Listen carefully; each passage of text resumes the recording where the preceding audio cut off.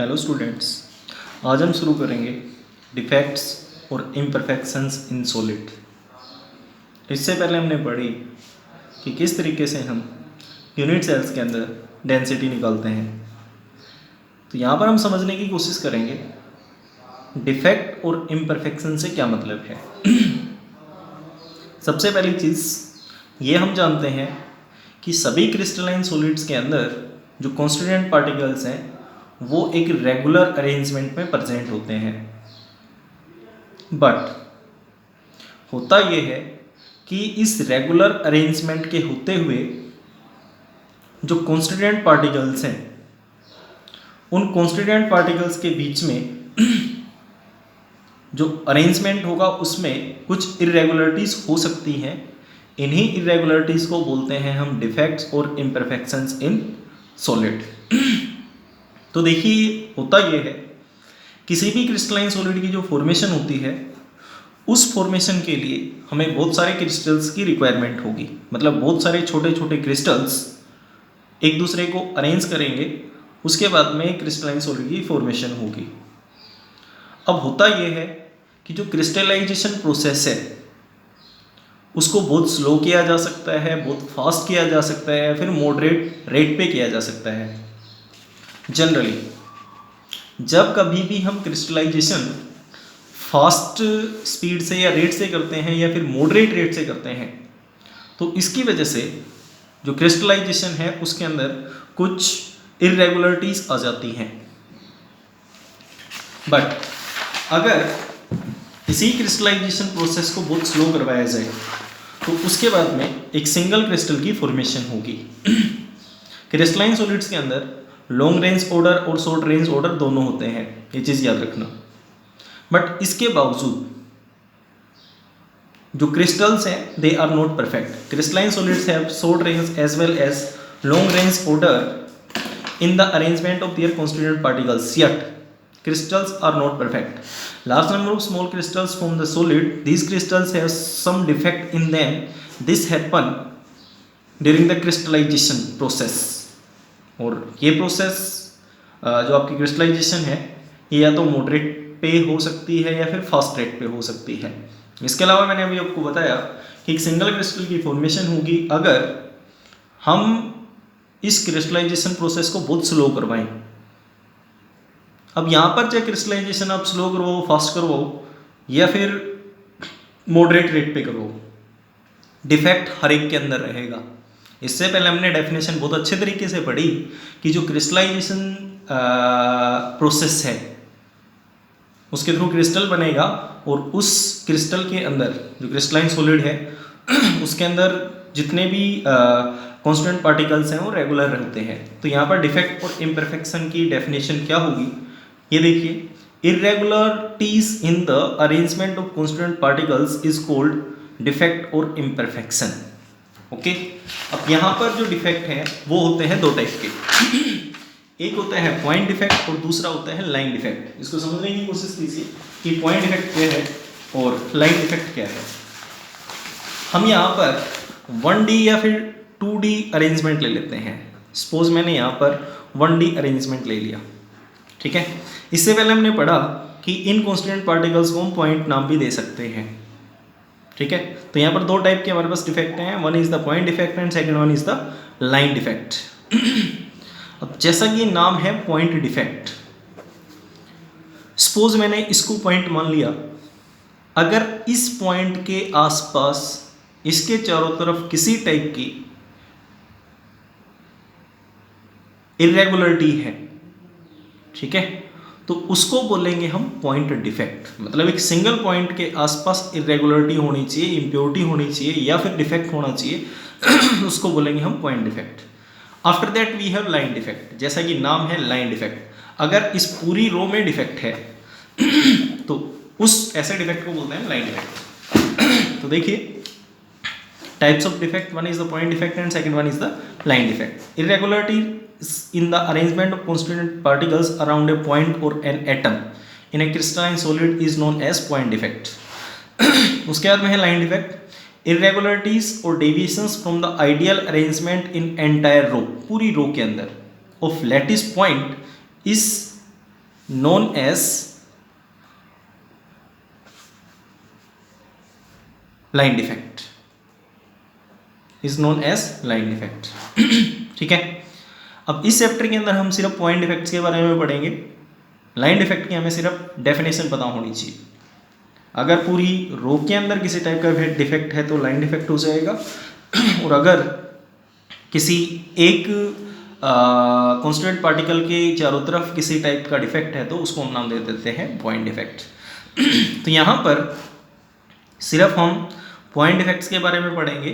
Point defects होते हैं हमारे पास तीन टाइप के।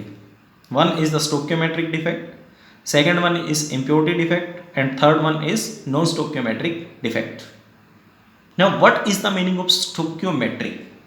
ये हमने हमारी +1 के अंदर पढ़ा कि स्टोक्योमेट्री और नॉन स्टोक्योमेट्री का क्या मतलब होता है।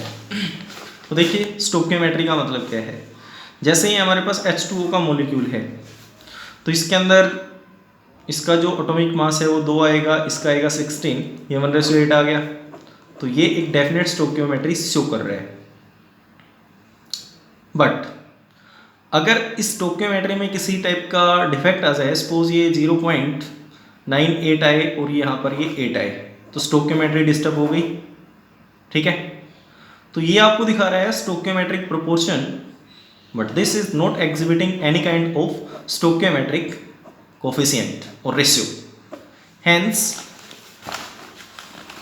there are 3 types of point defects. Now, we shall try to understand what is the meaning of stoichiometric defect. ऐसा point defect जिसके अंदर क्रिस्टलाइन सॉलिड की स्टोक्योमेट्री पर किसी टाइप का इफेक्ट ना हो या फिर स्टोक्योमेट्री डिस्टर्ब ना हो, ऐसी स्टोक्योमेट्री को बोलते हैं हम स्टोक्योमेट्रिक, ऐसे डिफेक्ट को हम नाम देंगे stoichiometric defect. The point defect in which stoichiometry of the solid remains undisturbed is known stoichiometric defect और इंट्रिंसिक डिफेक्ट और थर्मोडायनेमिक इफेक्ट। इसके 3 नाम हो सकते हैं, स्टोक्योमेट्रिक डिफेक्ट, इंट्रिंसिक डिफेक्ट या फिर थर्मोडायनेमिक डिफेक्ट। जनरली ये डिफेक्ट होगा जब हम उस सॉलिड को गर्म करेंगे। स्टोक्योमेट्रिक डिफेक्ट आता है जब किसी भी सॉलिड को हम जनरली गर्म करते हैं। अब यहाँ पर स्टोक्योमेट्रिक डिफेक्ट को आगे फिर दोबारा से क्लासीफाई किया गया है। एक होता है वैकेंसी डिफेक्ट और दूसरा होता है इंटरस्टिशियल डिफेक्ट। जैसा कि यहाँ पर नाम से दिखाई दे रहा है वैकेंसी डिफेक्ट, तो यहाँ पर वैकेंसी क्रिएट होनी चाहिए। दूसरा है इंटरस्टिशियल डिफेक्ट। तो यहाँ पर हम पहले समझेंगे कि वैकेंसी डिफेक्ट और इंटरस्टिशियल डिफेक्ट में क्या डिफरेंस होगा और कैसे सॉलिड्स के अंदर ये एग्जिस्ट करता है। देखिए जितने भी हमारे पास नॉन आयनिक सॉलिड्स हैं उनके अंदर वैकेंसी डिफेक्ट और इंटरस्टिशियल डिफेक्ट रहेगा, but in case of ionic solids the stoichiometric defect is again classified into 2 parts. One is the Frenkel defect and second one is Schottky defect. ये इनसे मिलते जुलते होंगे, ये आपको आगे सही तरीके से समझ में आएगा। अब ये यहाँ पर सेम है, ठीक है, बट डिफरेंस ये है कि ये आयनिक सॉलिड्स में होगा और ये नॉन आयनिक सॉलिड्स में होगा। तो जैसा कि हमारे पास नाम है वैकेंसी डिफेक्ट का, उसके अकॉर्डिंग हम इसको देखने की कोशिश करेंगे। देखिए वैकेंसी डिफेक्ट में क्या होता है, सपोज हमारे पास एक सॉलिड बना हुआ है ए पार्टिकल्स का, ठीक है, इसके अंदर ये ए पार्टिकल्स अरेंज हैं, बट वैकेंसी डिफेक्ट में क्या होता है कि ये जो पार्टिकल्स हैं वो एज इट इज यहाँ से मिस हो जाएंगे। यहाँ पर ए पार्टिकल होना चाहिए था बट यहाँ पर नहीं है, ठीक है, तो यहाँ पर डिफेक्ट आ गया, ठीक है। तो ऐसे डिफेक्ट को बोलते हैं हम vacancy defect. When some of the constituent particles are missed by leaving the vacant sites is defined vacancy defect. इसमें कहने का मतलब ये होगा कि कॉन्स्टिट्यूएंट पार्टिकल्स अपनी ओरिजिनल स्पेस को छोड़कर यहाँ से एज इट इज़ बाहर चले जाते हैं और उसके बाद में जो हमारे पास ये डिफेक्ट आ जाएगा, this will be known as vacancy defect. अब यहाँ पर हीटिंग के कारण होगा ये दूसरी चीज़, वैकेंसी डिफेक्ट के अंदर डेंसिटी कम हो जाएगी। डेंसिटी सीधी सी कम होगी क्योंकि यहाँ से जो कॉन्स्टेंट पार्टिकल है वो मिस हो गया, तो यहाँ पर ये स्पेस खाली होगा, इस वजह से डेंसिटी कम हो जाएगी। Next one is the interstitial defect. इस इंटरस्टिशियल डिफेक्ट को समझने से पहले आपको पता होना चाहिए कि इंटरस्टिशियल साइट्स क्या होती हैं।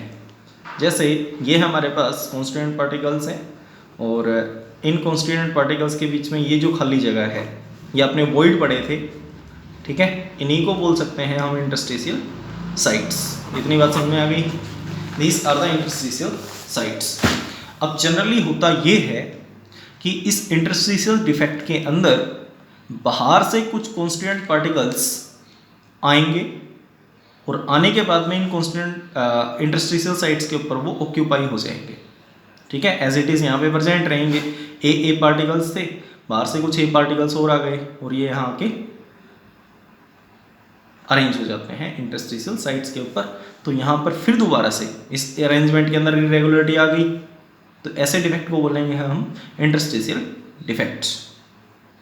ओके, तो ये वैकेंसी डिफेक्ट और interstitial defects are found in non ionic solids. तो इसकी डेफिनेशन देखते हैं, defect in which some constant particles occupy the interstitial sites of solid, this kind of defect is defined interstitial defect। तो ये थे हमारे पास defect. अब उसके बाद में इनसे मिलते जुलते आयनिक सॉलिड्स के अंदर फ्रैंकल डिफेक्ट और शॉर्टकी डिफेक्ट होते हैं।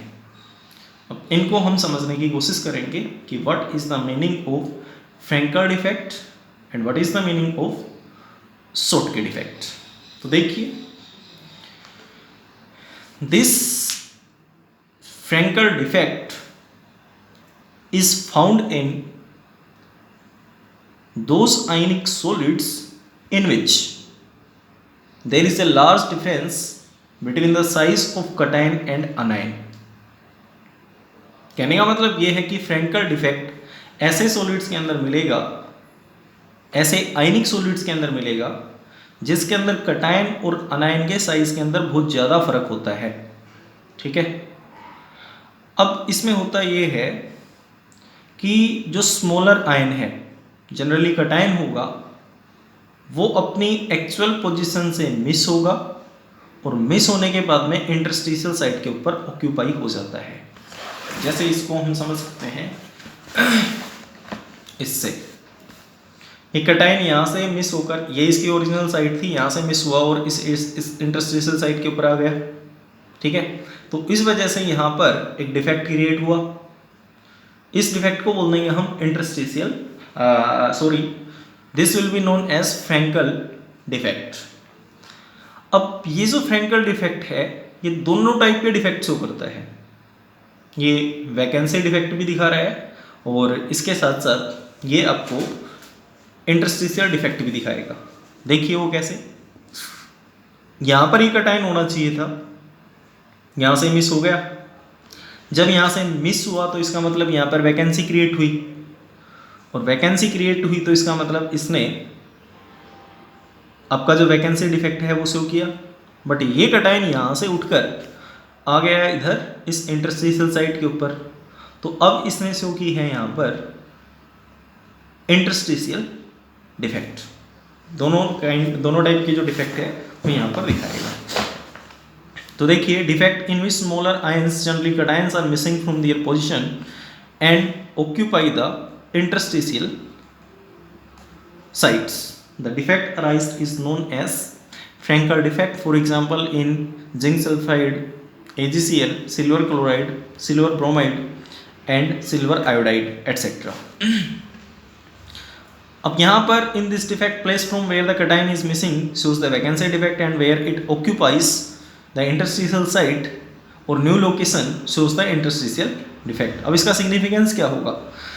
अब एक चीज़ जरूर ध्यान रखनी है कि फ्रैंकल डिफेक्ट और शॉर्टकी डिफेक्ट, इनके अंदर इलेक्ट्रिकल न्यूट्रलिटी मेंटेन रहनी चाहिए, ठीक है। इलेक्ट्रिकल न्यूट्रलिटी से मतलब ये है कि जितने कटायंस हैं उतने अनायंस होने चाहिए डिफेक्ट होने के बाद में भी, ठीक है। अब इस फ्रैंकल डिफेक्ट को एक नाम और दिया जाता है डिसलोकेशन डिफेक्ट, मतलब यहाँ से डिसलोकेट हो जाएगा अपनी जगह से।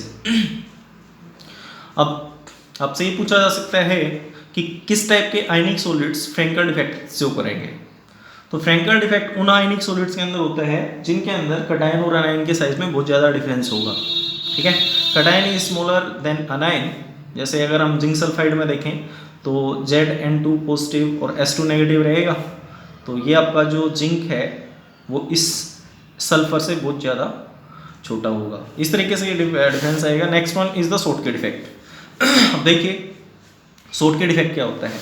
ऐसा डिफेक्ट जो कि आयनिक सॉलिड्स के अंदर मिलता है, इस डिफेक्ट के अंदर जितने कटायन मिस हैं उतने ही अनायन मिस रहेंगे, एज इट इज मिस हो जाएंगे, ठीक है। तो ऐसे डिफेक्ट को बोलते हैं हम शॉर्टकट डिफेक्ट। ये मिलता है हमें sodium chloride, potassium chloride, caesium chloride, silver bromide. यहाँ पर आप नोटिस कीजिए कि ये सिल्वर ब्रोमाइड शॉर्टकट डिफेक्ट के अंदर भी है और इसके साथ साथ फ्रैंकल डिफेक्ट में भी है। तो ये आपसे पूछा जा सकता है कि ऐसा कौन सा आयनिक सॉलिड है जो शॉर्टकट डिफेक्ट और इसके साथ साथ फ्रैंकल डिफेक्ट शो करता है, तो इसका आंसर होगा AgBr और सिल्वर ब्रोमाइड।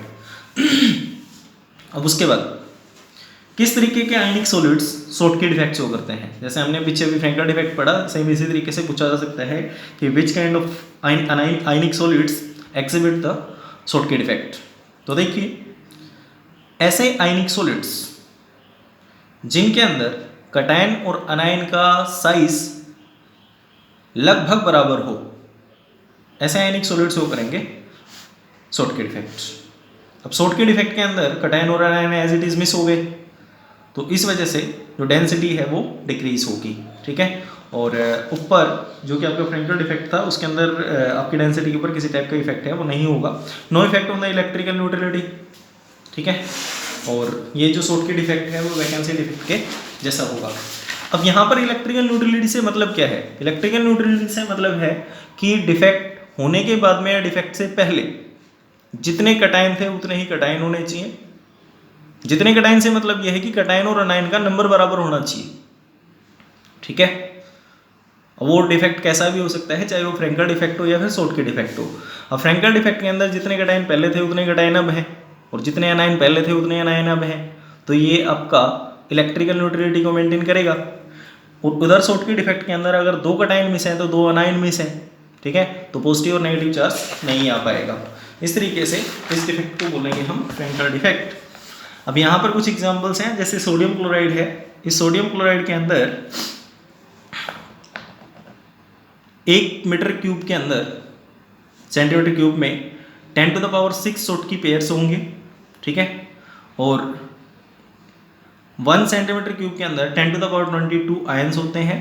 और अगर शॉर्टकट डिफेक्ट होगा तो in 10⁻16 ions there is 1 shortcut defect. इतने आयंस के अंदर सिर्फ 1 शॉर्टकट डिफेक्ट होगा।